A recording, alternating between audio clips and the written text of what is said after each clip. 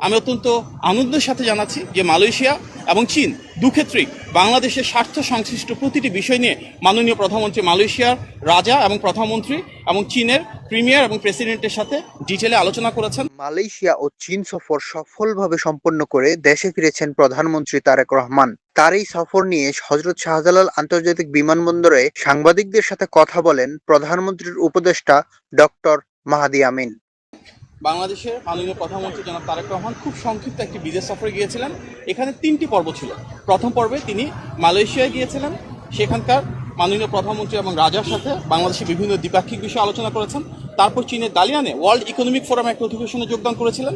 সেখানে world economic ফোরামের president এবং সিইও সহ বেশ কিছু ইনভেস্টরদের সাথে কথা বলেছেন এবং পরবর্তীতে চীনের রাজধানীতে চীনের মাননীয় প্রিমিয়ার ইনভিটেশনে গিয়ে সেখানে চীনের প্রিমিয়ার এবং প্রেসিডেন্টের সাথে বিভিন্ন রাজনৈতিক নেতৃবৃন্দদের সাথে বৈঠক হয়েছে।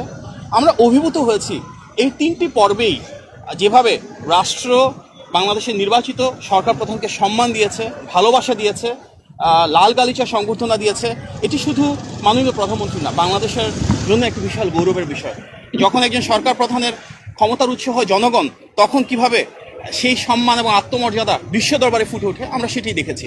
আপনাদেরকে আমি অত্যন্ত আনন্দের সাথে জানাচ্ছি যে মালয়েশিয়া এবং চীন দুক্ষেত্রেই বাংলাদেশের স্বার্থ সংশ্লিষ্ট প্রতিটি বিষয় নিয়ে মাননীয় প্রধানমন্ত্রী মালয়েশিয়ার রাজা এবং প্রধানমন্ত্রী এবং চীনের প্রিমিয়ার এবং প্রেসিডেন্টের সাথে ডিটেলে আলোচনা করেছেন। বাংলাদেশের স্বার্থ, বাংলাদেশের সার্বভৌমত্ব এবং বাংলাদেশের বিনিয়োগ কীভাবে বৃদ্ধি করা যায়, বাণিজ্যের প্রসার কিভাবে করা যায়, কর্মসংস্থান কিভাবে সৃষ্টি করা যায়, পিপল টু পিপল কানেক্টিভিটি অর্থাৎ শিক্ষা, স্বাস্থ্য, কালচার, মিডিয়া প্রতিটি ক্ষেত্রে কিন্তু দুই দেশের সাথে বিস্তৃত আলোচনা হয়েছে। এবং এর পাশাপাশি বাংলাদেশের উন্নয়ন অগ্রযাত্রায় কীভাবে মালয়েশিয়া এবং চীন ভূমিকা রাখতে পারে সেগুলি নিয়েও মাননীয় প্রধানমন্ত্রী দুই দেশের রাষ্ট্রপ্রধান এবং সরকার প্রধানদের সাথে আলোচনা করেছেন।